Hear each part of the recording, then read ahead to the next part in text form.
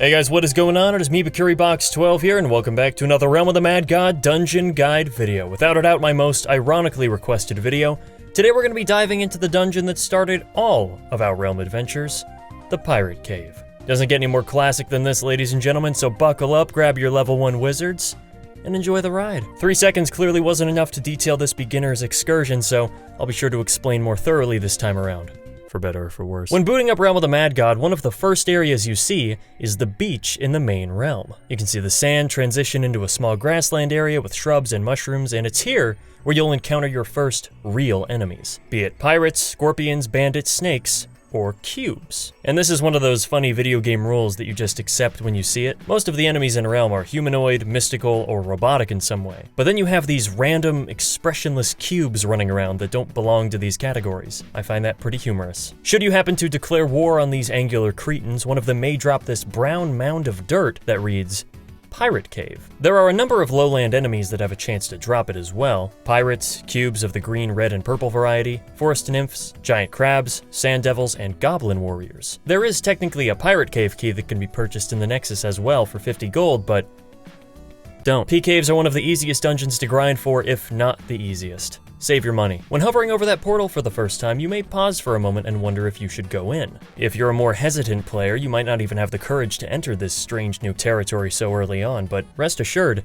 this dungeon is made for you. So just click that button and you spawn in on a more pale but still rather large patch of sand with a few palm trees added for decor, as well as the portal of cowardice right under your feet, giving you the option to escape should you regret your decision. But you could just cross that out and write wuss, no need to sugarcoat it. I know what I am. There's a very distinct rock wall that encompasses the entire cave perimeter, interconnected only by a series of wooden planks that make up the docks, surrounded by an oddly stagnant body of water, almost like a calm before a storm. By peering over the edge, you may be able to catch a glimpse of the smelly pirates hobbling in place and dry humping the wall. Not quite sure what that's about, but I imagine being trapped in a cave for who knows how long could have that effect on a man. Only one way to find out. I'll be right back.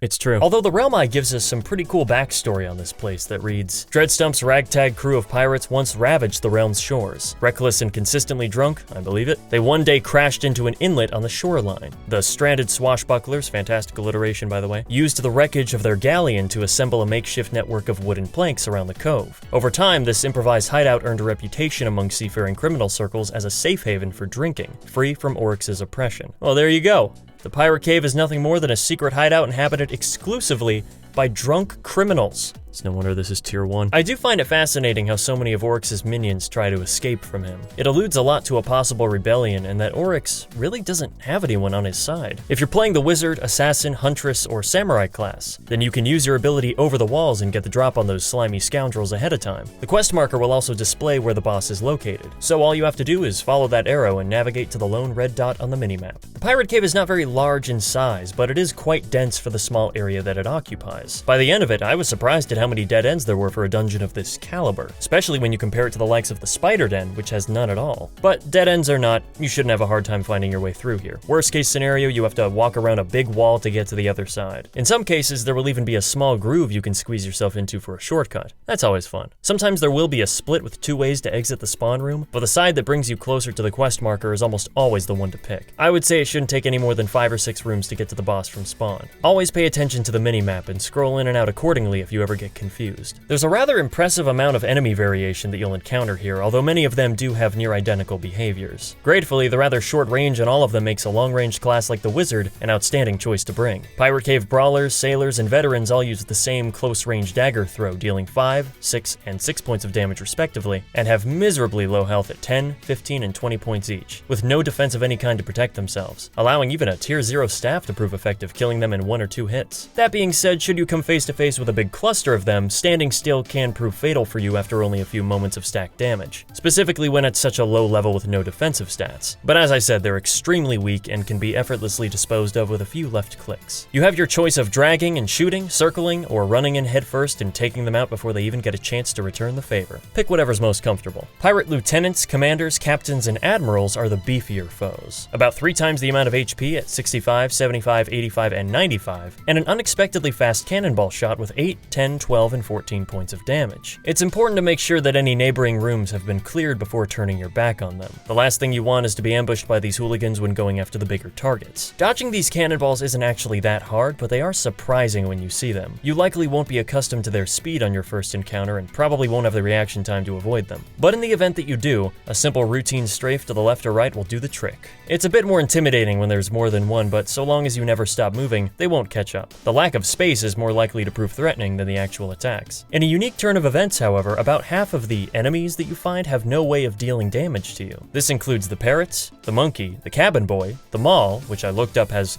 two similar but still very different definitions that could change implications, and the cave pirate hunchback.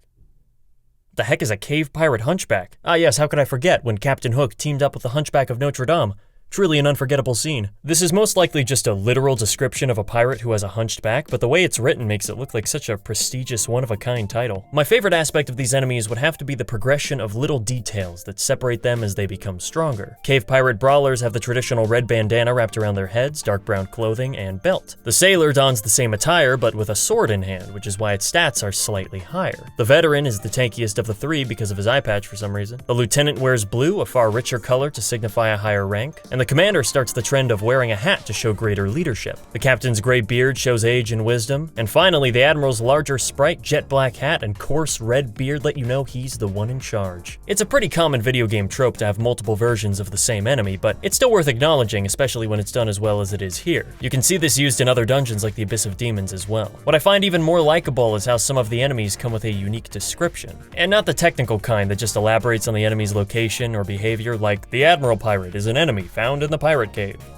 Okay, that's good to know, but it's so much more interesting to read a description of the character from a story perspective. Like, it's the mark of a manly man to head into battle with nothing but his fists and a drunken mind. A pirate who would be sailing the seas if it wasn't for the hermit god and his minions. A pirate who's seen many battles, but probably only with baby hobbits and scorpions. You can tell he's been scarred by many a dagger, arrow, and flying venom by his eye patch and scars. One of my favorites is the cabin boy's description, a rebellious child who ran away from home to go adventuring with pirates. For an enemy that is, for all intents and purposes, expendable and insignificant in essentially every way, a short sentence of text like that giving us a small look into his backstory surprisingly makes the game feel more alive. I actually feel guilty for killing them now, especially when they have no way of fighting back. Come on, the exit is right there, kid, take it! So unless you really want those tier 1 drops, I recommend sparing these poor souls to keep a clear conscience. Especially the monkey. The way he dances around makes me think that he's trying to tell me something. Like he's warning me. I'm scared. Oddly enough, the cabin boy is the only one who drops tier 1 weapons, while the rest of the small fry drop tier 1 abilities. I also find the sprite to be hilariously disproportionate from the rest of the enemies. Like, I get that he's a child and supposed to be smaller than the grown adults, but in a game where a person's head occupies 50% of their body, it looks kind of funny. I don't know why the hunchback is getting the same treatment though. He doesn't even look like he has a hunch, he's just a tiny old man who's no bigger than a parrot. Wow, that would be terrifying. With the enemies taken care of, it's time to take on the head honcho, Dreadstump, the Pirate King. I thought that name was the funniest thing when I started playing. Once the most dreaded pirate that has ever put a sail to the wind, Dreadstump has become quite complacent wasting away in his hideout. He was responsible for extorting liquor as Oryx's tax, but was found drinking it. Oryx created the Hermit God to protect his endangered supply of booze from him. Yeah, that may have been a bit overkill, Oryx. The battle arena is the largest room of the cave, giving you ample room to evade and plan attacks. As you approach, you may engage with some straggling pirates before happening upon the tightly packed assemblage of admirals, captains, and lieutenants guarding their king. You definitely want to clear all of the minions out before even attempting to fight Dreadstump. Thankfully, he'll remain at a safe distance behind his crew, allowing you to employ the same strafing method from earlier to chip away at the group. The wizard's spell bomb is very effective yet again since they're all huddled together. I know it may be tempting to go see what they drop, but don't get too distracted. Stay focused on the task at hand. Either kill the boss quickly to go see what you got, or be quick about it and snag whatever item your eye catches. Dreadstump has two distinct phases. His wandering phase, where he stammers around in place, firing 17 damage sword slashes and the occasional 25 damage cannonball, and his eat cannonballs phase, where he rapid fires 3 cannonball attacks in swift succession before repeating phase 1. Strafing or circling at all times will keep you out of harm's harm's way 100% of the time. It's completely foolproof so long as you don't bump into a wall. Although there may be a divot in the side that can keep you safe. That probably won't be necessary though. After focusing your attacks long enough, you will finally bring an end to the Pirate King, have completed your first dungeon, and can collect your much-earned reward. In the pink bag, he can drop anything from tier 1 rings to tier 4 armors and weapons, which could prove quite useful while leveling up. The purple bag contains the Mark of Dreadstump, which can be collected to use at the Tinkerer. Common pet eggs are possible, and even the ST accessory, the First Mate's Hook from the Pirate King Warrior set, has potential to drop here. It gives a measly 10 HP, 1 attack, and 1 dex, but it is a part of a rather nice set and could be better than what you're currently wearing. With all of that being said, congratulations on completing your very first dungeon in Realm of the Mad God. It's a fantastic introductory course in how the game is played and will no doubt set you on the right path towards greater things. Thank you guys so much for watching, and as always, don't forget to check out the next episode whenever I post it, which will probably be soon. Alright,